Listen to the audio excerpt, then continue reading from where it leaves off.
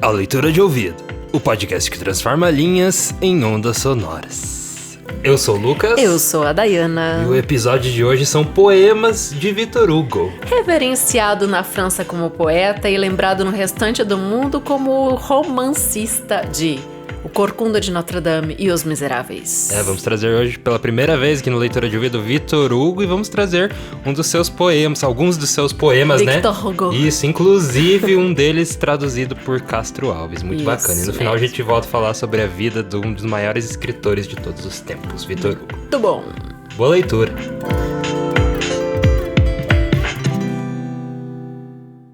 Poemas de Victor Hugo. Nas traduções de José Lino Grunewald, Jamil Al-Mansur Haddad, Manuela Parreira da Silva e Castro Alves.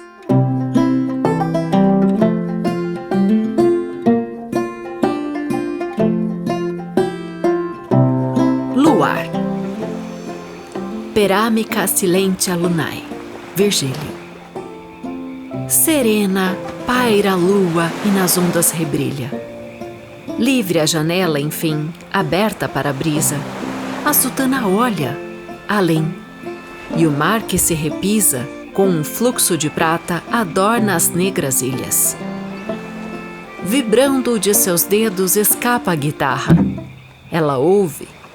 Um surdo som golpeia os surdos ecos. Uma grande nau turca a vir de águas de Cós a agitar o arquipélago com remos tártaros. Os alcatrazes, um a mergulhar cotando a água que rola em pérolas sobre as asas? Será um din que lá do alto assovia em voz rasa e lança meias lá da torre para o mar? Quem, pois, resolve as vagas lá perto do harém? Nem o negro alcatraz sobre o fluxo embalado, nem as pedras do muro ou o rumo ritmado, da grande nau pela onda e remos em vai e vem. São alforjes de peso, e dos prantos a trilha, ver-se-ia ao sondar o mar que os engalana, moverem-se em seus flancos tal qual forma humana, serena paira a lua e nas ondas rebrilha.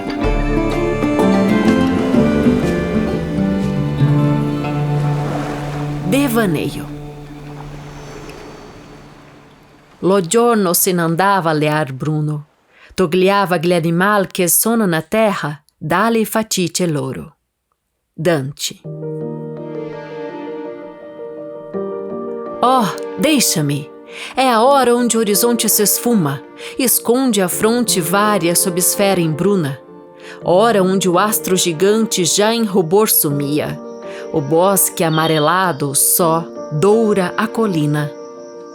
Pensar que em dias tais em que o outono declina, deslustram chuva e sol a floresta que havia, quem fará surgir súbito, fará brotar por lá, enquanto estou só na janela a sonhar, e a sombra a se afundar no fim do corredor, a cidade mourisca, inaudita, vibrante, que, tal qual foguete em feixes fulgurantes, dilacera a neblina em setas de auricor.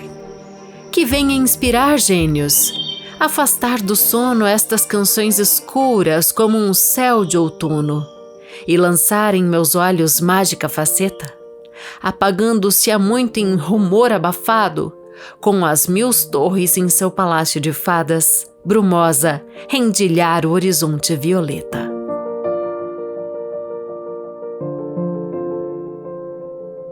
O sol adormeceu esta tarde nas nuvens. O sol adormeceu esta tarde nas nuvens. Amanhã hão de vir borrasca e tarde e noite. A aurora e seus clarões de vapor obstruídos. Depois noites e dias, todo o tempo eterno. Passarão estes dias, passarão em turba. Sobre a face do mar, sobre a face dos montes, sobre os rios de prata, e o bosque enrola, como um hino confuso de mortos que amamos. Como a face das águas e a fronte das montanhas, enrugadas e moças, e os bosques sempre verdes jovens serão. E o rio das Campinas traz dos montes o fluxo que oferece aos mares. Mas eu que cada vez mais curvo a minha fronte, Eu passo e, estimulado pelo sol alegre, logo mais partirei bem no meio da festa, e sem que nada falte ao mundo imenso e belo. A infância. Um menino cantava. Sua mãe no leito agonizava, extenuada. A sua fronte na sombra pendia. E sobre ela, a morte numa nuvem vagueava. E eu ouvia a canção e escutava a agonia. Tinha 5 anos o menino, e junto à janela, um claro som de riso e de jogos se erguia. E a mãe, ao lado da criança doce e bela, que todo dia cantava, toda noite tossia. A mãe, sob as lajes do claustro, foi dormir, e o menino voltou a cantar. A dor é um fruto que Deus não faz surgir num ramo frágil demais para o suportar. Qual é o fim?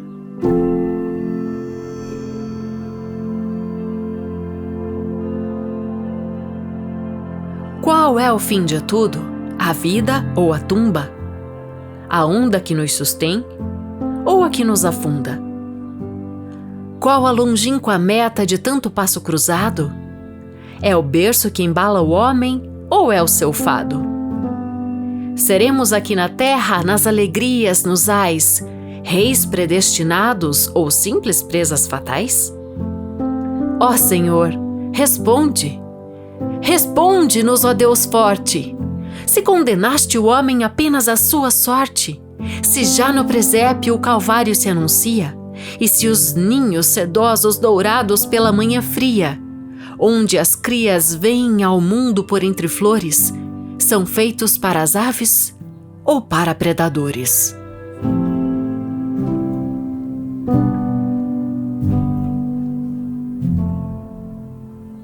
A ponte. Diante de mim, a escuridão. A voragem que não tem cimo e que nem sequer tem margem, lá estava, sombria, imensa. Nada nela mexia. Perdido no mundo infinito eu me sentia. Ao longe, através da sombra, impenetrável véu, entrevia-se Deus, pálida estrela no céu. Clamei: ó alma, alma minha! Eu precisava para atravessar o abismo cujo fim não vislumbrava, e para durante a noite até Deus eu ascender, de construir uma ponte e em 1000 arcos a estender. Quem o conseguirá? Ninguém! Ó dor, tormento, chora! Um fantasma branco ergueu-se no momento em que à sombra um olhar de temor eu deitava. A forma de uma lágrima esse fantasma mostrava. Tinha uma fronte de virgem e 2 mãos de criança. Lembrava um lírio que toda brancura alcança. As suas 2 mãos juntas acendiam uma luz.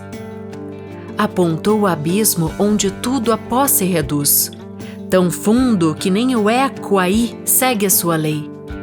E disse-me: se quiseres, a ponte construirei.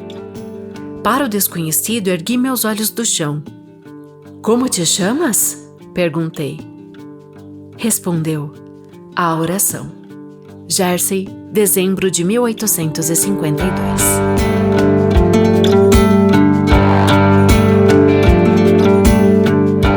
Fábula ou história? Um dia, magro e sentindo um real desfastio, um macaco com a pele de um tigre se vestiu. O tigre fora malvado, ele tornou-se atroz, ele tinha assumido o direito de ser feroz. Arreganhava os dentes gritando: eu serei o herói dos matagais, da noite o temível rei. Como malfeitor dos bosques, emboscado nos espinhos, de horror, morte e rapinas, escureceu os caminhos, degolou os viajantes e devastou a floresta, fez tudo o que faz aquela pele funesta.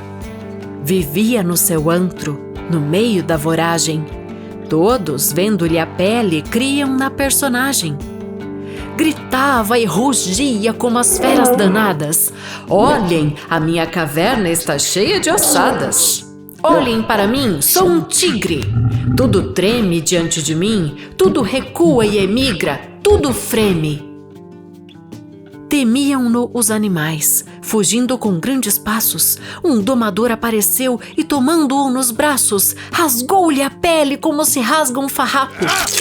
Pondo-o a nu, o herói disse: "Não passas de um macaco." Jersey, setembro de 1852. As minhas duas filhas.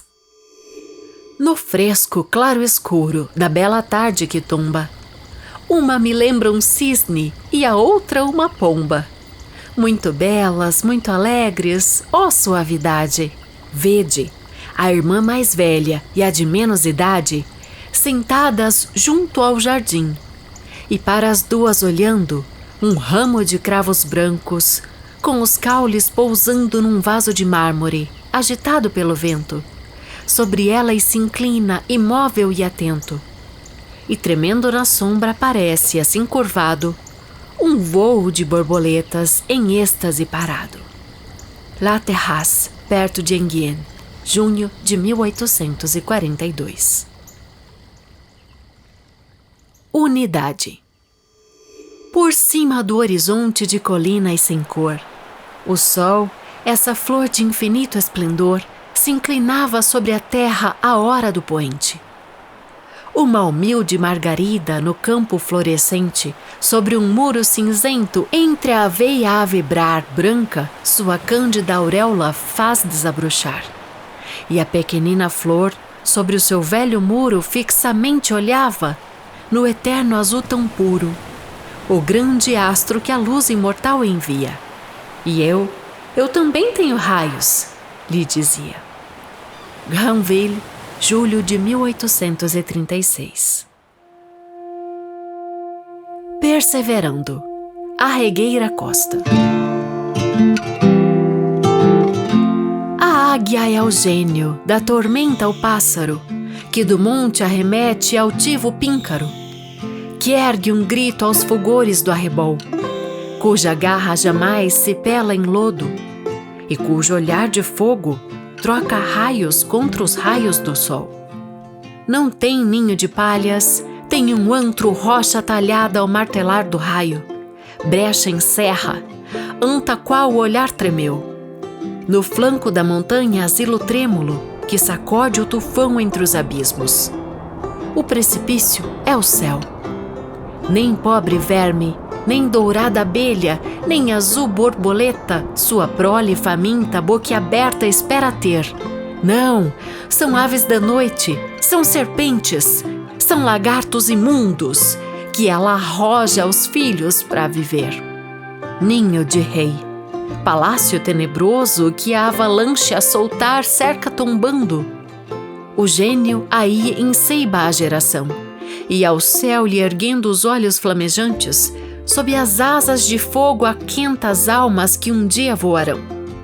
Por que espantas-te, amigo, se tua fronte, já de raios pejada, choca a nuvem? Se o réptil em seu ninho se debate? É teu folgar primeiro, é tua festa, águias! Para vós cada hora é uma tormenta, cada festa um combate. Radia, é tempo! E se a lufada erguer-se, muda a noite feral em prisma fúlgido. De teu alto pensar completa a lei. Irmão, prende esta mão de irmão na minha. Toma a lira, poeta. Águia, esvoaça. Sobe, sobe, astro-rei. De tua aurora a bruma vai fundir-se, águia. Faz-se mirar do sol, do raio.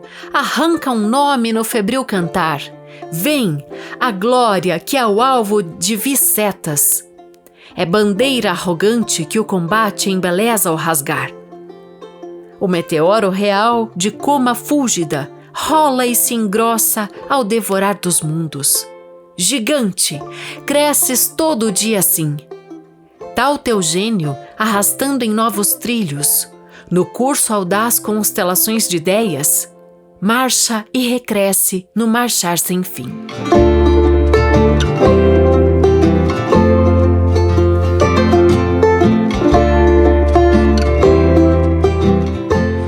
E esses foram poemas de Victor Hugo. Victor Hugo. Que lindo, né? Victor Hugo, igual você gosta de falar. O nome dele era Victor Marie Hugo. Então, a gente tem Hugo, né, como um sobrenome, era o sobrenome do pai dele. E é muito curioso porque a gente teve essa adoção desse nome, né, Victor Hugo, como se Hugo fosse um segundo nome, não um sobrenome, né? Eu tenho um irmão chamado Victor Hugo. Sim. Numa homenagem ao escritor. Pois é, muito interessante. O teu irmão gosta de escrever, né, inclusive. Ele gosta. Então, essa última eu achei muito característica de Castro Alves. Me lembrou É a tradução Castro Alves. dele, Daí, bonito, eu né? não sei se era um poema que conversava um pouco com a obra do Castro Alves, ou se o Castro Alves colocou mesmo, empregou um pouco da característica dele no poema, né? Então não sei de qual dos dois lados. Ou pode ser as duas coisas, né? Eu acho que as duas coisas, e é interessante falar que essa poesia, essa última, tá em Espumas Flutuantes do Castro Alves, onde ele traz uma seleção de traduções feitas por ele. Então algum dia a gente traz aqui Espumas Flutuantes também, e retoma aí, tem o Victor Hugo e tem tantos outros bem legais, assim. Mas o Victor Hugo, ele tem, assim, essas poesias, a gente pode perceber algumas coisas, né? Algumas características desse autor francês. Uma delas é essa correlação com a natureza, né? Não à toa ele era classificado, né, como um romancista francês, né? Na escola romântica. Essa descrição bem romântica, né? De tudo, assim, bem... Sabe uma coisa curiosa? Ele é chamado de o poeta iluminado, porque através dos seus versos ele guiava os homens para a paz e a união fraterna. Achei muito bonita essa. Essa é uma das características, assim, da obra dele, ser chamado de poeta iluminado. Por isso que na França ele é tão conhecido como poeta mesmo, né? Um grande poeta. E ele recebeu, assim, muitas honrarias em vida, um reconhecimento em vida. Teve uma vida longa, viveu 83 anos. A gente já vai falar dessa vida um pouco mais. Sim. Né? E quando ele morreu, ele teve, assim, todas as pompas, apesar dele ter pedido, né? Todas as pompas no sentido de ter sido referenciado pelo povo, mas não que ele teve pompas, luxos no velório dele em si, né? Porque ele falou que ele não queria nem ser atrelado a nenhuma religião e também não queria essas honrarias todas, né? Ele queria algo simples, como de fato foi, só que ele foi... o corpo dele, né, jaz no Panteão, que é onde estão os maiores heróis nacionais da França. Né? Sim. E isso também vai de encontro com tem o... Ao encontro? Vem ao encontro, obrigado por corrigir. O tempo que ele passou exilado, né, em Guernesey. Acho que é assim que fala o nome da ilha, né? Que foi na verdade ele foi exilado, né? Ele mesmo foi pra lá por diversas questões políticas, né, enfim. E daí lá ele falou algo na dedicatória do livro Trabalhadores do Mar, né, que é o livro que ele escreveu, dedicado à ilha que ele foi exilado, né? Ele fala algo desse sentido na dedicatória. Dedico esse livro ao rochedo de hospitalidade e de liberdade, a este canto da velha Normandia onde vive o nobre e o pequeno povo do mar, a ilha de Guernesey, severa e branda. Daí ele fala, meu atual asilo e meu provável túmulo. Nossa. Então mas depois ele voltou pra Paris. Depois ele voltou pra Paris, mas ele tinha essa sensação. Essa sensação, assim, dessa morte simples, né? Interessante, porque nesses 18 anos que ele ficou exilado, e a gente já vai explicar por que isso aconteceu, ele ficou também, além de Guernesey, ele ficou em Bruxelas e em Jersey. E pode ver que duas poesias que a gente fez hoje, ele assina de Jersey. Né? Ou seja, ele foi no tempo que ele estava exilado. E essas poesias foram aquela do macaco com a pele de tigre, que eu achei muito emblemática, né? Essa coisa da pessoa que parece forte, né? Tem toda essa questão de querer mandar nos outros e que se revela como macaco. Uma origem, né? Alguém totalmente mimético, né? Uma coisa assim, bem, bem curiosa essa poesia, a forma como ele constrói, né? E a outra é a oração, ele fala da oração, né, nessa outra poesia. Dá pra perceber... legal como ele segura também isso, e daí ele fala no final, né, que é a oração. Que a oração quase como aquela martelada final dos contos, né, a gente tem nesse verso final dessa poesia. Bem surpreendente. Muito bacana. E a gente começa essa seleção de poesias com essa correlação com a natureza que a gente comentava. Tem a primeira sobre a lua, em seguida vem sobre o sol, né. Então a gente tem sim essas questões todas Pode continuar. O microfone estava errado. Tava um botão apertado errado, agora eu arrumei. Pode continuar. Espero que estavam me ouvindo, leitores. Se a voz mudou um pouco, aí ignora. Né? Então, essas análises que fizemos até agora, espero que você ouviu, né? Mas então a gente tem essas circunstâncias bem legais, que ele até fala assim... nesse último, né, da águia, que vai pro desfecho ali, que tem o Castro Alves, ele fala, toma a lira poética, sobe, astro-rei, né? Então a gente tem essa necessidade também do herói tomar o seu espaço. Muito bacana. Sim. São estilos clássicos. Agora sim, introduzindo algumas coisas sobre a biografia do Victor Hugo, né? Legal falar que ele era filho de um conde, né? O Joseph Leopold Sigisberg Hugo, né? Então a gente tem esse nome bem grande, né? Ele era general das tropas do Napoleão Bonaparte, pai dele. E, veja bem, a mãe dele era monarquista. Então, a Sophie Trebuchet era o nome da mãe dele. Então, ele viveu na infância, viu esses embates políticos entre os pais. Porque, né, cada um puxava para um lado. E o que aconteceu? Como a mãe dele incentivou muito, ele introduziu, inclusive incentivava ele a escrever, né, literatura, escrever os seus poemas e inclusive começar a publicar nas revistas literárias, ele quando jovem, se posicionava monarquista. Depois teve essa guinada e ele se tornou republicano, né? E até interessante que o Victor Hugo, ele estabeleceu uma carreira política bem profícua. Ele foi eleito deputado, depois foi eleito senador, né? Então, entre essas idas e vindas, né, nesse momento ali que ele se torna republicano e depois tem essa meio que discordância política com o próprio Napoleão III, que ele é exilado. Né? Sim. Então ele fica esses 18 anos exilado. Ele vai pra, então, como a gente mencionou, a ilha de Jersey, né? E daí ele, Guernsey, Bruxelas, enfim. E daí lá que ele tomou inspiração para escrever Trabalhadores do Mar, né? Que é não um romance tão famoso dele, mas é um dele que eu tenho conhecimento, que eu li. E também é muito interessante, tem uma curiosidade sobre esse livro, que é a tradução do Machado de Assis, né? Então, o livro é traduzido pelo Machado. Ali, esse livro foi feito 30 anos antes de Dom Casmurro, né? Então, o Machado traduziu 30 anos antes de ter lançado Dom Casmurro. E ele fez, porque ele dominava a língua francesa, ele precisava de dinheiro. Então, olha que bacana. Ele precisava desse dinheiro e fez o acordo com o editor e traduziu Trabalhadores do Mar do Victor Hugo. E o que aconteceu também foi que, algo que era difícil de acontecer, que a tradução foi lançada no mesmo mês que lançou o livro em Paris.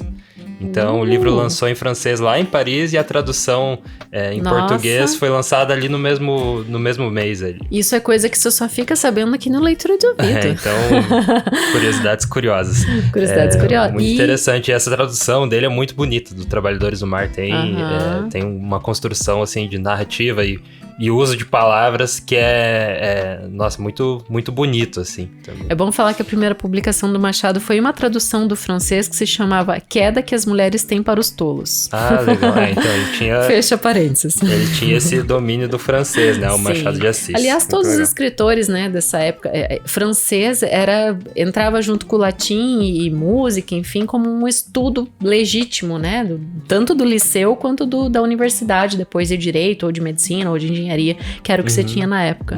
Uma língua muito fluente, né, na época. Tanto é que o Victor Hugo estudou direito, né? Ele estudou direito e depois também teve todo esse envolvimento com a política que a gente falou. Mas eu não falei o dia que ele nasceu. Então ele nasceu em 26 de fevereiro de 1802, acompanha comigo. E morreu em 22 de maio de 1885. Ou seja, ele atravessou o século XIX praticamente inteiro. 83 anos muito bem vividos. Ele é conhecido como um escritor que teve grande fama vivo, né? Isso. Então, ele, né, começou ali muito cedo, com 26 anos, ele já tinha um reconhecimento muito grande na sociedade ali. Como escritor, ele ficou conhecido primeiramente pelas poesias, né? Um livro de poemas dele, que agora me fugiu o nome, mas... Então tá aqui, ó. Em 1821 saiu o primeiro livro de poemas dele, que se chama Odes e Poesias Diversas. E ali ele já apresentou esse estilo, assim, clássico na forma, essa questão do poeta iluminado que eu falei anteriormente, nessa voz íntima e pessoal dele, ao mesmo tempo em que ele inseria temas como fantasia e ideais políticos, que ele já tinha bem forte nessa época. Então aqui ele era super jovem. esse posicionamento monárquico dele, ainda nesse momento da juventude, né, antes de se tornar republicano, fez com que o Luís XVIII desse uma pensão para ele, né? Então a gente tem já essa questão... Uma bolsa de estudos, quase. Bacaninha essa história. Daí, então, o primeiro romance sai em 1823, que é o Hen d'Ireland. Só que depois ainda que vem, assim, esses mais famosos, que o Corcunda de Notre Dame foi em 1831 e Os Miseráveis bem depois, em 1862, já nesse período do exílio. E ele já traz essa questão da desigualdade social, que ele queria era demonstrar essas mazelas, esse submundo da França do século XIX, né? Onde as pessoas pobres, então, passavam por tudo isso, ou seja, a história de um jovem que é condenado, né, à prisão por ter roubado um pão, né, e ali ele vai colocando todas essas circunstâncias das Miseráveis. Muito interessante, né, e ele trata também, nesses romances mais famosos, ele trata de relacionamento também, né, relacionamento afetivo, aí no Corcunda de Notre Dame é né, que ele mostra esse corcunda apaixonado, né, por uma mulher que ele tá muito longe dele, né, enfim, e nos Trabalhadores do Mar também é o trabalhador ali do mar, o Gilliatt, né, que ele tem esse amor meio platônico, daí a mulher fala que quem fosse lá e fizesse tal tarefa ia conquistar o coração dela e tal, e ele foi lá, sofreu pra caramba, se quebrou todo lá, e dela escolheu outro cara. Então, esse é o resumo aqui, muito porcamente, aqui do começo do livro, né? Então, ele tratava também desses relacionamentos, assim, afetivos, né? Totalmente social, né? Isso é bem interessante. O que introduziu ele, assim, não, esse é o cara do romantismo francês, é este prefácio aqui. Ele escreveu uma peça que se chama Cromwell. E daí ele fez, antes dele apresentar essa peça propriamente, ele falou, daqui 15 dias vocês vão conhecer minha peça, eu vou fazer um prefácio bem pequenininho, porque a gente não pode se delongar nisso. E de repente sai do grotesco e do sublime, que é praticamente um tratado sobre a arte moderna, né? Então é o prefácio de Cromwell, que ficou tão conhecido que esse livrinho inteiro aqui é só o prefácio. E o prefácio ficou mais conhecido que a obra. Do que a própria peça. Então essa peça teatral saiu em 1827 e é esse texto que consagra o Victor Hugo no romantismo francês. Eu até separei aqui. É um drama de ação apropriado ao homem moderno em seu campo de batalha da matéria e do espírito. Veja a profundidade disso, achei muito interessante. E esse livrinho aqui eu estudo há muito tempo, em literatura vai e vem, mas ele quando esse livro saiu, não deu mais para fazer dramaturgia como era feito dali para diante. Todo mundo teve que rever o seu estilo, sabe? Passar limpo, pegar novos rumos, porque ele de fato redirecionou mudou na França, tudo, né? Essa questão da dramaturgia. E a partir dali, a gente sabe que a França é o epicentro literário do mundo, né? E nessa fase, principalmente no século XIX.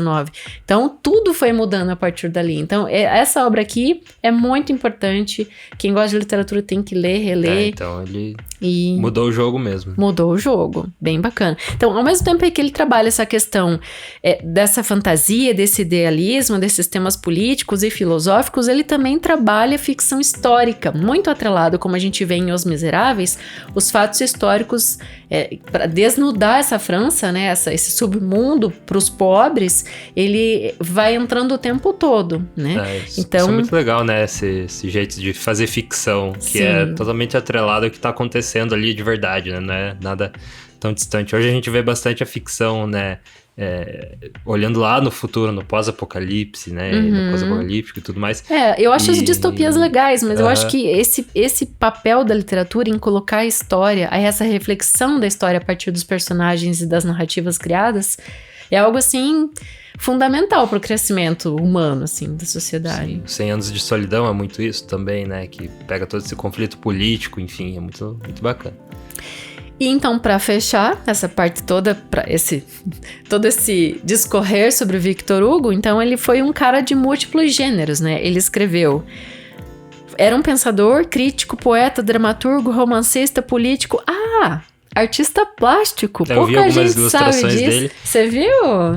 Sim. Ele fez mais de 400 durante a vida toda. Era uma ilustração, assim, bem talentosa, né? Porque a gente, às vezes, vê o escritor que desenha, mas ele faz caricatura e faz coisas mais cartunescas, assim. Eu vi algumas coisas, algumas gravuras do Victor Hugo que são bem com um estilo artístico, assim, bem avançado, sabe?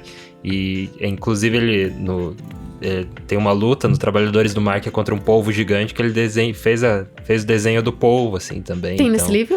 Não tem no livro, mas tem acho que saiu na edição original, né? Que demais. A ilustração do polvo. E é um polvo gigante, tipo Kraken, assim.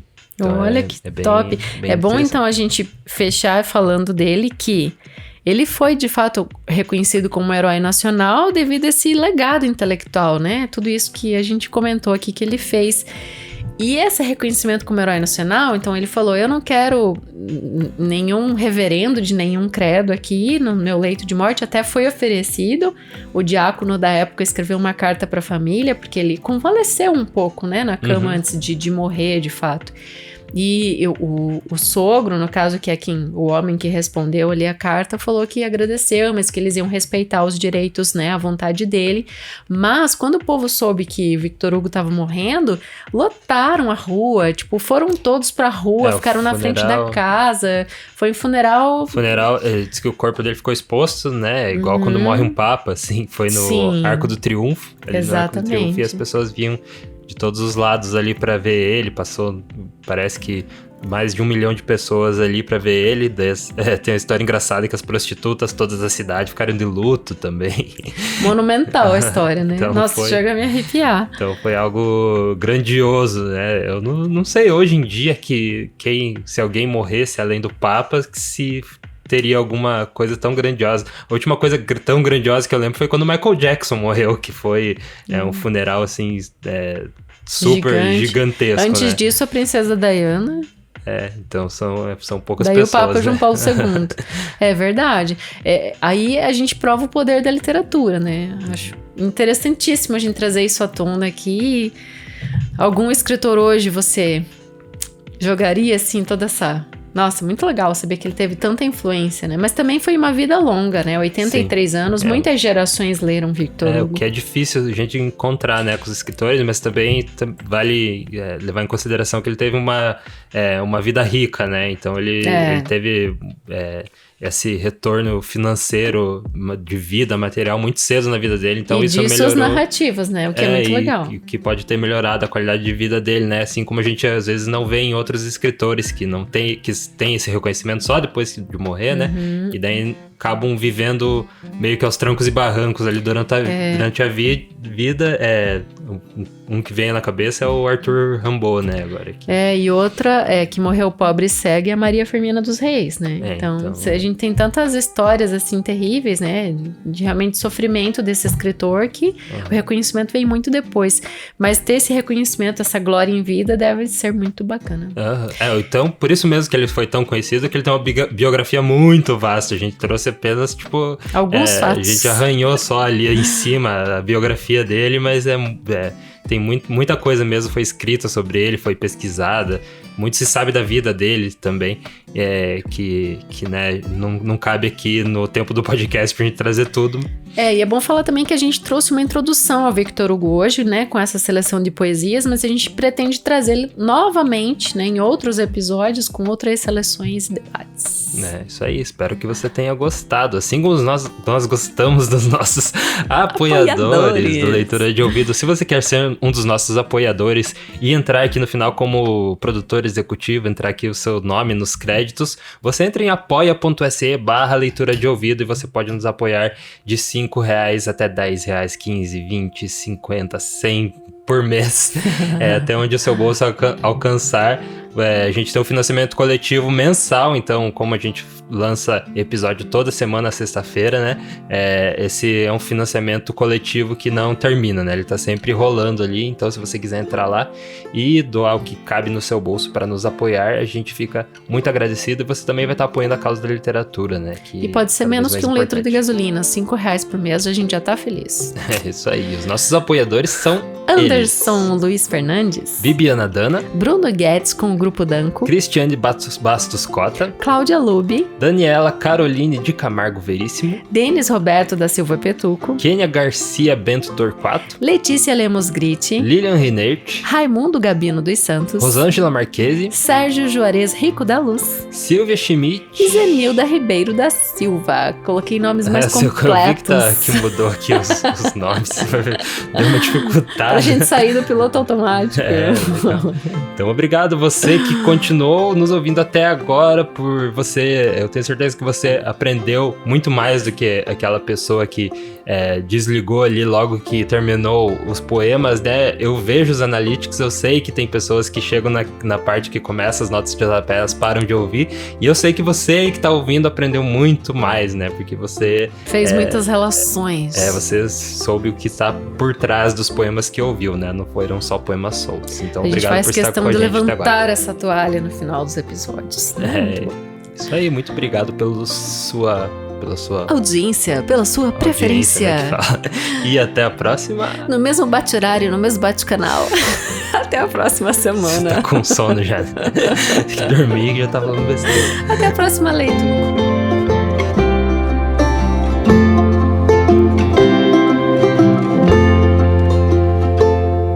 O Leitura de Ouvido é dirigido e narrado por Diana Pasquim. A edição, artes de capa e trilha sonora de abertura são feitos por mim, Lucas Piasecki. Essa é uma produção da Roca Studios. Se você gostou, siga-nos no Spotify para não perder os próximos episódios. Siga-nos também no Instagram, @Leitura de Ouvido. Você pode também assistir a todos os episódios de Leitura de Ouvido em nosso canal no YouTube, youtube.com/Leitura de Ouvido. Quer falar com a gente? Manda um e-mail para leituradeouvido@gmail.com. E a gente te vê na próxima leitura.